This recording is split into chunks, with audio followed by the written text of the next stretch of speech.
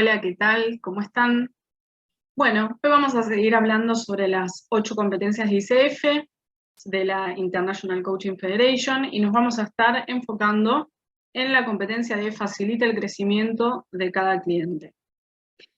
Estábamos anteriormente viendo que dentro de las etapas del proceso de coaching tenemos las conversaciones iniciales y el macroacuerdo, las distintas conversaciones que podemos llegar a tener, y como dice en el número 4, dice conversación número puntos suspensivos, porque no sabemos cuántas conversaciones va a requerir el proceso de coaching, y el cierre de proceso.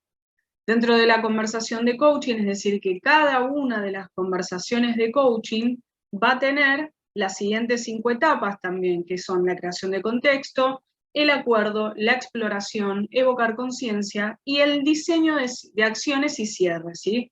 Que en esta instancia, en este punto número 5, es donde vamos a situar a la nueva competencia de facilita el crecimiento de cada cliente, ¿sí? Anteriormente nosotros lo conocíamos como diseño de acciones, y vamos a ver que en este facilitarle el crecimiento no se trata solamente de diseñar acciones, sino de que, bueno, facilitar el aprendizaje, básicamente, ¿sí? Y luego vendrán esas acciones.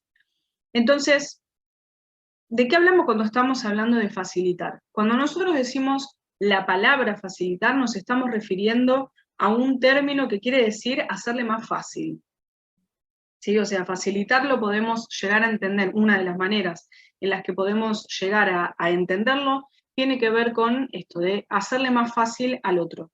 Pero en este hacerle más fácil, nosotros no nos tenemos que olvidar que somos coach, y al ser coach estamos alineados a generar autonomía en nuestro cliente, es decir, que sea independiente, que no dependa de mí para que yo le facilite el camino, sino que es un acompañarlo a que pueda crecer, a que pueda aprender por sí mismo. O sea, yo no le enseño, sino que el cliente aprende en su propia vida, y a través de estas distinciones, competencias que yo he desarrollado como profesional a lo largo de mi carrera, voy a como prestarle esos recursos y esas herramientas a través de las preguntas y de los silencios, los parafraseos y espejeos que hacemos los coaches, para que pueda descubrir algo nuevo, evocar conciencia, que eso lo hemos visto en otro video, y ahora, bueno, dar un paso adelante con esto que el cliente ha descubierto.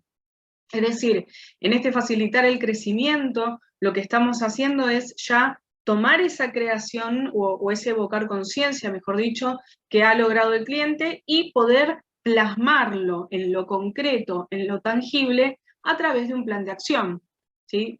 Yo siempre digo que Aristóteles dice que el aprendizaje se consolida como tal cuando pasa a la acción, pues si no nos quedamos en evocar conciencia, nos quedamos en los darse cuenta que el cliente puede llegar a tener, y hay acumuladores de darse cuenta seriales, que no hacen nada con eso que se dan cuenta. Entonces, eso tampoco es efectivo, ¿sí? La idea es que el cliente pueda aprender por sí mismo algo, que pueda ver algo que antes no veía, y a su vez, esta nueva información o esta nueva parte del relato que está descubriendo y distinguiendo, le sirva para poder abrir nuevos caminos, diseñar nuevas acciones, o si tiene que, de repente, por ahí, volver a utilizar alguna de las acciones que ya había realizado, poder hacerlas desde un observador diferente. Entonces, para lograr esto, nosotros nos servimos de esta sigla MARTE, que en inglés es SMART, que tiene que ver con ciertas características que este diseño de acciones tiene que tener para ser efectivo, ¿sí? Tenemos la M de medible, que esto qué quiere decir, que las acciones que el cliente dice que va a hacer tienen que ser susceptibles de ser medibles. Ahora, medible no solamente quiere decir cuantificables, ¿sí? Puede ser medible cualitativamente, es decir, lo que el cliente tiene que poder distinguir a través de esta medición es: ¿lo hice o no lo hice? Y si lo hice, ¿hasta dónde lo hice? ¿Cómo lo hice? ¿Y qué faltó? ¿Qué sí hubo y qué no hubo? Es decir, que tenga la suficiente claridad para poder lograr distinguir esto. La M de medible va de la mano con la E de específica, es decir, cuanto más específico sea el diseño de acciones, más medible va a ser la acción que voy a llevar a cabo, ¿sí? La de alcanzable tiene que ver con poder precisamente diseñar acciones que sean posibles, ¿sí? Una de las situaciones que suele ocurrir por los cuales no logramos las cosas que queremos es que nos imponemos acciones demasiado grandes para las posibilidades reales que tenemos en ese momento. Y acá es importante comprender algo, ¿no? Porque la A va de la mano con la R de retador, ¿sí? Es decir, una cosa es salir de la zona de confort y que de repente me resulte difícil o me resulte un desafío hacer esta nueva acción, y otra cosa es que sea un imposible, ¿sí? Y cuando hablamos de un imposible nos estamos refiriendo a que, por ejemplo, yo diga, no sé, como aprendiz de coaching, quiero practicar 20 horas por día de coaching. Eso no es algo que, si bien desde la teoría, vamos a decir, pudiera llegar a dar que 20 horas hace coaching y 4 horas vivís, pero no es algo que sobre la práctica se pueda llevar a cabo. Entonces, tiene que ser lo suficientemente desafiante, lo suficientemente retador ese diseño de acciones que me saca de mi zona de confort, que me lleva hacia un nuevo lugar en el que antes no había estado, teniendo en cuenta el aprendizaje que se realizó en el evocar conciencia, pero también lo suficientemente alcanzable para que eso sea posible. Y la T de temporalizada tiene que ver, bueno, básicamente con lo que dice la palabra, ¿sí? Es decir, con el tiempo, es decir, ponerle una fecha. Los compromisos se consolidan en el momento en el que nosotros le ponemos una fecha a la cual vamos a prometer que estamos coordinando acciones para hacer que eso ocurra. Entonces, algunas de las preguntas que pudieran llegar a realizarse en esta etapa, que esta va a tener un lugar cronológico en la conversación, como hemos visto en las primeras diapositivas, que es al final, ¿sí? Es decir, que el diseño de acciones solamente va al final.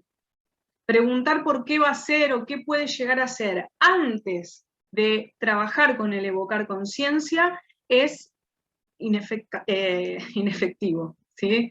Ineficaz. ¿Qué quiere decir? Y mezclé las dos palabras juntas. ¿Qué quiere decir esto? Quiere decir que si yo, coach, le pregunto a mi cliente sobre las acciones que va a hacer antes de trabajar con su observador, me va a responder o va a responder sobre esa pregunta desde el observador con el que llegó a la conversación. Entonces va a ser exactamente lo mismo que si no hubiera venido a la conversación, porque está diseñando desde un lugar ya conocido y desde un lugar que tiene ciertas limitaciones. Entonces, primero se trata de desafiar esas limitaciones para que pueda aprender algo, para que pueda diseñar acciones diferentes hasta el momento. Entonces, ¿qué es lo que vas a hacer? ¿Cómo lo vas a aplicar? ¿Sí? ¿Cómo vas a aplicar lo aprendido en esta conversación? ¿Qué es posible a partir de esto nuevo que te estás dando cuenta? ¿Cuándo lo vas a hacer? ¿Qué desafíos pueden surgir?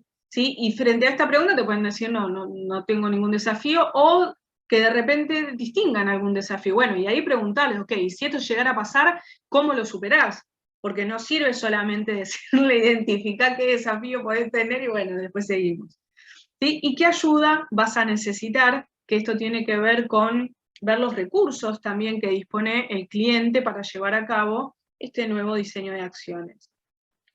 Entonces, cuando nosotros nos estamos refiriendo con los distintos niveles de aprendizaje, los distintos niveles de conciencia, que esto es un modelo que también lo trabaja Echeverría con Pizarro y también está basado en Argyris y John, esto nos habla de diferentes momentos que tenemos para aprender, diferentes profundidades, vamos a decir.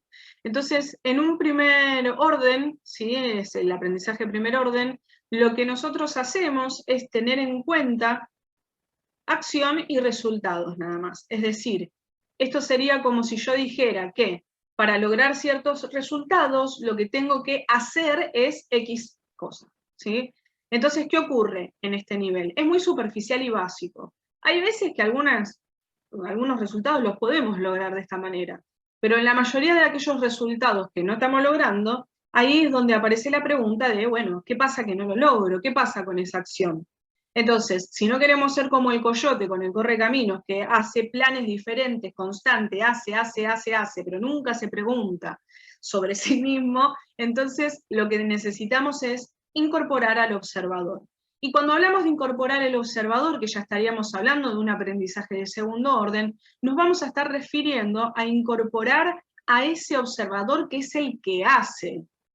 ¿Sí? El observador es el que hace, cómo lo siente, cómo lo ve, cómo lo vive. Todo esto tiene que ver con su estar siendo en el mundo, su lenguaje, su cuerpo y emoción, las historias que se está contando sobre lo que puede, sobre lo que no puede. Entonces, miren si no es importante trabajar primero con el observador antes de trabajar con nuevas acciones que resuelvan, entre comillas, la situación que está teniendo el cliente, porque en definitiva, si solo se tratara de acciones, ya lo hubiera logrado. Bueno, en conclusión, se trata de acompañar a que nuestro cliente primero pueda distinguir, ¿sí? Y para poder distinguir algo nuevo, necesita que cada una de las etapas de la conversación de coaching se den de manera progresiva, pero a la vez de manera integral, ¿sí? Es decir, no es que una parte esté inconexa de la otra. Se trata de conectar con tu cliente, de preguntarle cómo está, cómo llega, qué piensa, qué siente, hacer un acuerdo efectivo, es decir, que la brecha sea concreta, que haya una declaración hacia la posibilidad, y no un no quiero sentir así o no quiero sentir así, sino qué es lo que sí quiero, hacia dónde vamos, qué tengo que aprender, qué tengo que desarrollar en mí para poder lograr eso que quiero vivir. ¿Cómo es lo que quiero vivir? ¿Cómo es esa situación ideal? Después poder explorarlo esto, ahí volver con los juicios, la corporalidad, desafiar, que fundamente los juicios que el cliente tiene sobre lo que está diciendo de lo que es, como si fuera así y ya está, ¿no? Es decir, que pueda empezar a ver aspectos de su vida que antes no estaba distinguiendo, pero que estaban ahí también. Entonces, desde este lugar, desde estos darse cuenta, ahí es donde va a aparecer el diseño de acciones, que es este facilitarle el crecimiento a cada cliente, y toda la conversación de coaching y todo el proceso, en definitiva, tiene a nivel transversal el facilitarle este crecimiento, porque cada pregunta que le hacemos, cada instancia en la que nosotros intervenimos, en la que nosotros le damos espacio a nuestro cliente para que emerja, para que sea, sin que yo le diga qué es lo que tiene que hacer, cada uno de esos momentos le permite al cliente desenvolverse, aprender y desarrollar lo que necesite desarrollar y lo que elija y hasta donde pueda desarrollar para lograr los objetivos deseados. Entonces, después viene en el momento de la conversación propiamente dicha, el diseño de acciones, con esta sigla MARTE que habíamos estado viendo recién, para que las acciones sean medibles, alcanzables, retadoras, temporalizadas y específicas. Y después, bueno, si nos situamos dentro de una conversación de coaching, después de hacer el diseño de acciones, se cierra, ¿sí? Se chequea por ahí cómo está el cliente. Sí, hay diferentes formas de cerrar la conversación. Algunos, por ejemplo, preguntan, bueno, si tuvieras que ponerle un título a esta sesión, ¿cuál sería? ¿Sí? Yo por lo general siempre apelo a lo más simple. Para mí menos es más en coaching, entonces simplemente le pregunto al cliente cómo se siente, si necesita que conversemos algo más, y bueno, cerramos hasta el próximo encuentro. Y de la misma manera cerramos nosotros acá en este video hasta el próximo encuentro. Les mando un beso muy grande. Hasta la próxima.